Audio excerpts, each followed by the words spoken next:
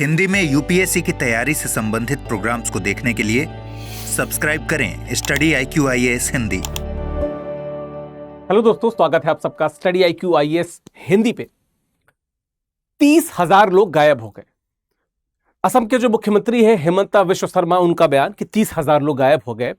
लेकिन जो सियासी हलके हैं उनमें लगातार बातें शुरू हो गई कि कैसे गायब हो गए, क्या गायब हो गए। और निश्चित तौर पे जो भी व्यक्ति विगत एक हफ्ते 10 दिन से असम और उसके आसपास की पॉलिटिक्स और जो वहां पे गतिविधियां चल रही उनको देख रहा होगा तो समझ गया होगा कि निश्चित तौर पे बहुत से इल्लीगल यानी कि अवैध बांग्लादेशियों को डिपोर्ट किया जा रहा है बांग्लादेश की तरफ।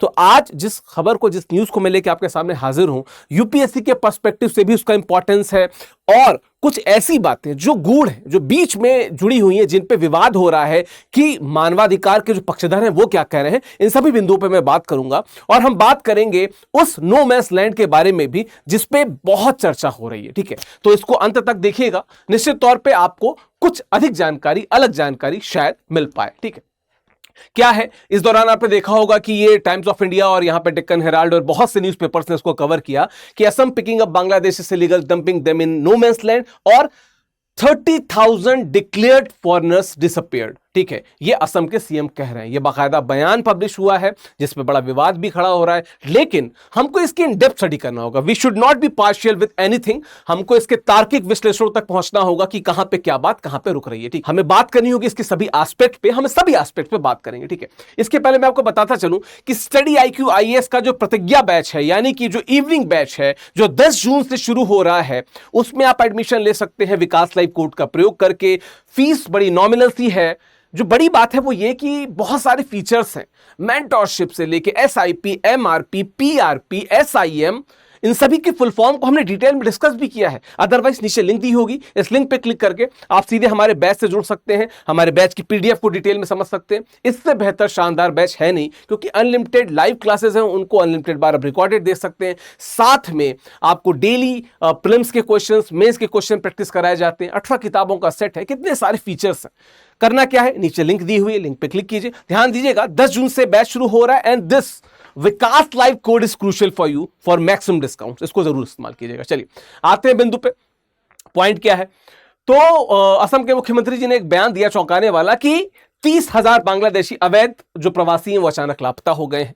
अब अचानक लापता होना बड़ा ही अजीब सा बयान लगता है, लेकिन कुल मिला के उनका डायरेक्शन, उनका कहना यह है कि उनको डिपोर्ट कर दिया गया है, जो वो डायरेक्टली नहीं कहना चाह रहे। ठीक है, बात क्या है, असम सरकार ने बांग्लादेशी प्रवासियों को नो मैंस लैंड, ठीक है, देखेंगे जो किसी भी देश के जो बाउंड्री होती है, अमूमन अगर भारत की बात की जाए तो भारत की बांग्लादेश, पाकिस्तान, बहुत से देशों से बाउंड्री है, तो बाउंड्री के आसपास का जो एरिया जो होता है उसको नो मैंस लैंड कहते हैं। ठीक है, तो ऐसा कहा जा रहा है कि उस क्षेत्र में भारत जो अवैध बांग्लादेशी हैं उनको लगातार भेज रहा है, भारत से मतलब असम लगातार भेज रहा है। और वहां पे बहुत से ऐसे लोग हैं जिनको बांग्लादेश भी एक्सेप्ट नहीं कर रहा है, बहुत से क्या, अधिकतम ऐसे लोग हैं जिनको बांग्लादेश एक्सेप्ट नहीं कर रहा है। ऐसे में वे लोग जो वहां पे फंसे हुए हैं उनके मानवाधिकारों का क्या, क्योंकि न भारत न बांग्लादेश कोई एक्सेप्ट नहीं कर रहा है। और ऐसे में जिंदगी कैसे गुजर बसर हो, अभी इसके पहले चीजें कैसे जा रही थी, आगे कैसे जाएंगी, इन सभी बिंदुओं पे जो मानवाधिकार कार्यकर्ता है वो और कुछ लोकल जो वहां की पार्टीज हैं, स्टूडेंट फ्रंट्स हैं, उन्होंने लगातार विरोध करना शुरू कर दिया है। ठीक है, तो क्या है, असम सरकार ने इनको नो मैंस लैंड, जो देश की सीमा में आने वाला क्षेत्र होता है, में भेजना शुरू कर दिया है, जिससे कानूनी और मानवाधिकार संबंधी चिंताएं बढ़ गई हैं। ठीक है, तो बेसिकली ये इशू है डिपोर्टेशन का, जो इलीगल माइग्रेंट्स हैं, जो अवैध प्रवासी हैं, उनको लगातार डिपोर्ट किया जा रहा है। और अगर भारत के हिसाब से भी देखा जाए तो भारत के जो लोग हैं उनके कर की बात की जाए, उनके टैक्सेस की बात की जाए, तो उनके टैक्सेस पे बर्डन है जो अवैध लोग आ रहे हैं। हाँ, बहुत से देश अवैध प्रवासियों को एक्सेप्ट करते हैं, पर वो जिनको टारगेटेडली, रिपोर्टेडली सरकार अपने डेटा एंट्री में शामिल करती है, वे लोग नहीं जो लगातार रात में कर्टन बंद होने के बाद चले आते हैं, वे जो हमारे ऊपर बोझ हैं, उनकी बात हो रही है यहां पे। खैर, बात की जाए इसके बाद की, तो क्या बिंदु है इससे जुड़े। और असम बांग्लादेश सीमा का अवलोकन अगर देखा जाए तो असम और बांग्लादेश की सीमा 263 किलोमीटर लंबी सीमा है, जहां अवैध प्रवासियों की संख्या लगातार बढ़ती जा रही है। और यह भारत के लिए चिंता का सबब इस बाबत भी है कि इनके अधिकारों, इनके जो दैनिक जो क्रियाकलाप है, उनसे जुड़ी बातें हमारे लिए दो तरीके से चिंताजनक है। एक सिक्योरिटी थ्रेट, दूसरा जो रिसोर्सेस है उनका जो मिसयूज हो रहा है वो भी हमारे ऊपर बर्डन ही आ रहा है। और देखिए, भारत ने वर्षों तक बड़ा लचीला रुख अपनाया। अगर हम 1971 की बात करें तो 1985 तक भारत ने लचीला रुख अपनाया था, लेकिन असम अकॉर्ड के बाद चीजें सही होनी थी, वो सही हो नहीं रही है। असम अकॉर्ड पे भी हम लोग बात करेंगे, ठीक है। और क्या है, असम समझौता 1985 के अनुसार 1971 के बाद जो अवैध प्रवासी आए हैं उनको बाहर निकालना अनिवार्य है। सुप्रीम कोर्ट ने भी 6A को, किसको, सिटीजनशिप अमेंडमेंट एक्ट जो है उसको, की धारा 6A को, उस पर निश्चित तौर पे इस बात को पुष्ट किया है कि भाई अब इनको नहीं रख सकते हम। मैं आपको वैसा बताता चलूं कि अगर बात करें असम अकॉर्ड की, असम समझौते की, तो 1985 में ये त्रिपक्षीय समझौता था जिसमें केंद्र सरकार थी, असम थी, और वे लोग थे जो असम आंदोलन में जुड़े हुए थे। उन्होंने इस असम समझौते पे, यानी असम अकॉर्ड पे हस्ताक्षर किए थे। और 1955 की जो नागरिकता अधिनियम है उसमें धारा 6A जो है उसमें विशेष रूप से शामिल किया गया था जो इसकी बात करती थी। इसी 6A पे सुप्रीम कोर्ट ने भी बड़ा क्रिटिकल रवैया अपनाया है। क्या अपनाया है भाई? देखो, अभी इस पे हम बात करेंगे, इससे पहले मैं बताता चलूं, किसी भी देश की बात करें, किसी भी देश में अगर कोई समझौता हुआ है, उस समझौते में बहुत से पक्षों को शामिल किया गया है, उन पक्षों ने सभी बिंदुओं पर बात की है, तो उन बिंदुओं को एप्लीकेबिलिटी तक हमको ले जाना होगा, उनको लागू किया जाए। लेकिन क्या हो रहा है, इलीगल यानी अवैध प्रवासी बढ़ते जा रहे हैं। यूं तो अवैध प्रवासियों की बात को कई बार पॉलिटिकल रंग दे दिया जाता है कि इनको जानबूझ के हटाया जा रहा है क्योंकि एक विशेष पार्टी या विशेष पक्ष के ये वोटर नहीं है। लेकिन अगर दूसरा पक्ष देखा जाए तो मानवाधिकारों के उस पक्ष तक देखिए कि जो लोकल लोग हैं जिनके अधिकारों का हनन हो रहा है, या अगर मैं कहूं तो जो हमारे टैक्स का पैसा है उसके द्वारा हमको ही सिक्योरिटी थ्रेट मिल रहा है, हमारे ही रिसोर्सेस कम हो रहे हैं, तो हमारे लिए भी दुख की बात है। लेकिन एट द सेम टाइम जिन लोगों को डिपोर्ट किया जा रहा है उनके भी हर हक या उनके मानवाधिकार का ख्याल भी सरकार को ध्यान देना चाहिए, असम सरकार को ध्यान देना चाहिए। बात करें इसके बाद की तो क्या है, निर्वासन संबंधी चुनौतियां, नो मैंस लैंड की अगर बात कर ले तो क्या चीज है, बांग्लादेश कई बार प्रवासियों को स्वीकार करने से इनकार कर देता है जिसमें नो मैंस लैंड में जो फंस जाते हैं। जैसे इसका एक उदाहरण देते हैं, हाल में क्या था कि भारतीय सीमा सुरक्षा बल ने, ठीक है, 67 लोगों को इस क्षेत्र में भेजा था जिसमें से 54 को बांग्लादेश ने क्या कर दिया, स्वीकार किया, और 13 को अस्वीकार कर दिया। भारत बाकायदा लिस्ट भेज रहा है कि ये आपके लोग हैं और उनमें से छांट के कुछ लोगों को रखा जा रहा है, कुछ लोगों को भाई नो मैंस लैंड में मरने के लिए छोड़ दिया जा रहा है। तो सिर्फ भारत पे इसका क्या कहते हैं बोझ क्यों डाला जाए, सिर्फ जो नो मैंस लैंड में लोग फंसे हुए हैं इसके लिए क्या बांग्लादेश रिस्पॉन्सिबल नहीं है? क्या उसको हम कटघरे में नहीं खड़ा कर सकते? उसकी भी बात की जानी चाहिए, ठीक है। खैर, खासकर जब से रिजीम बदली है बांग्लादेश में तब से, ठीक है। कानूनी स्थिति और नागरिकता से जुड़ी समस्याओं की अगर बात कर ली जाए तो असम के विदेशी न्यायाधिकरण, फॉरेन ट्रिब्यूनल्स, ये बहुत सारे जो असम में जो लोग अनैतिक रूप से आ रहे हैं उनके लिए जो द इंपॉर्टेंट ट्रिब्यूनल है वो ये ट्रिब्यूनल है, उसने विवादित मामलों में नागरिकता की स्थिति तय करते हैं, ये उसकी बात करता है, ठीक है, उसकी यहां पे बात करता है। और सुप्रीम कोर्ट ने अभी हाल में देखा जाए तो उन्होंने क्या किया, नागरिकता अधिनियम की धारा 6A को भी वैध घोषित करते हुए क्या दोहराया कि जो भी लोग बांग्लादेशी हैं 24 मार्च 1971 के बाद असम में आए हैं वो क्या है, अवैध है।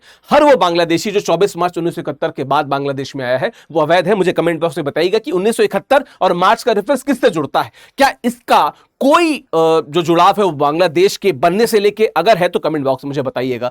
तो असम ट्राइब्यूनल और सुप्रीम कोर्ट दोनों इस बात को लेकर तटस्थ है, क्लियर है कि नागरिकता और नागरिकों को स्पष्ट रूप से क्लियर किया जाए, यहां पे बात तो तय होती है। बात की जाए तो क्या है, सुप्रीम कोर्ट ने 1971 के बाद आए प्रवासियों को, यानी कि 24 मार्च 1971 के बाद आए प्रवासियों को अवैध घोषित किया और उनकी पहचान व निर्वासन का आदेश दिया कि उनको पहचान किया जाए और निर्वासित किया जाए। तो यहां पे खुद सुप्रीम कोर्ट सेंट्रल स्टेट ले रहा है, वो कह रहा है कि नहीं, इन लोगों को भारत से बाहर किया जाए, इसकी बात की जाए, ठीक है।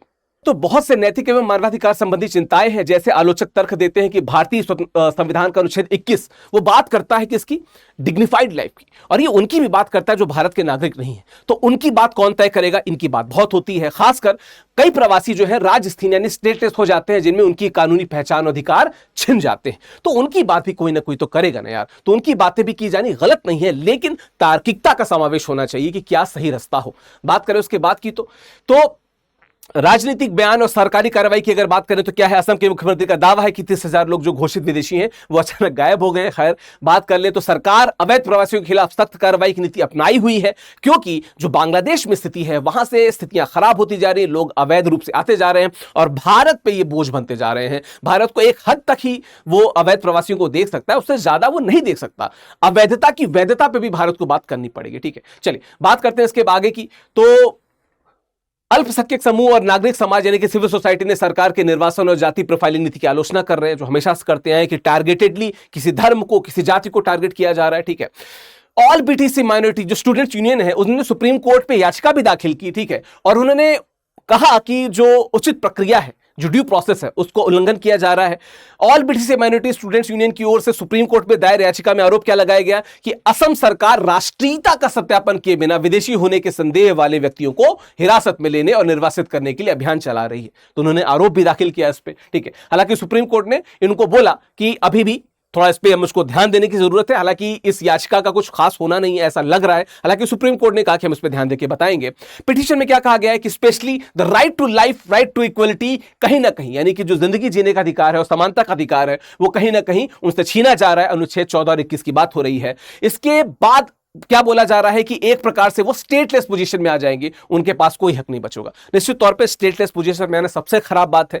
जिस देश से आप आए हैं वो आपको स्वीकार नहीं कर रहा है, जहां पे आप आए हैं वो आपको निष्कासित कर रहा है बाहर, तो आप कहां जाएंगे? उनकी मानवता की बात, उनके मानवाधिकार की बात कौन करेगा? तो ये बात यहां पर लगातार उठती जा रही है, ठीक है। अंततः हम क्या कह सकते हैं कि सुप्रीम कोर्ट की भूमिका क्या है? कोर्ट ये देखेगा कि क्या असम सरकार कानून का उल्लंघन कर रही है और क्या हिरासत व निर्वाचन उचित है, जो पिटीशन दाखिल की गई उस पर। और क्या है, बांग्लादेश की सेना ने भारत से अनुरोध किया है कि सीमा पर लौटाए गए लोगों को न छोड़ा जाए। अब यहां पे बांग्लादेश ने एक आरोप और लगाया है कि भारत की जो सेना है वो जबरदस्ती लोगों को डिपोर्ट कर रही है। अब यहां पे एक बात पूछे जाने की जरूरत है, किससे? बांग्लादेश से, कि क्या जब हम लिस्ट दे रहे हैं, लिस्ट देने के बावजूद आप कुछ लोगों को सिलेक्टिवली ले रहे हैं, कुछ को छोड़ दे रहे हैं। जिनको छोड़ दे रहे हैं उनको भी लिस्ट में हमने बताया है कि कहां से वो आए हैं, क्या आप उसको देख पा नहीं रहे हैं?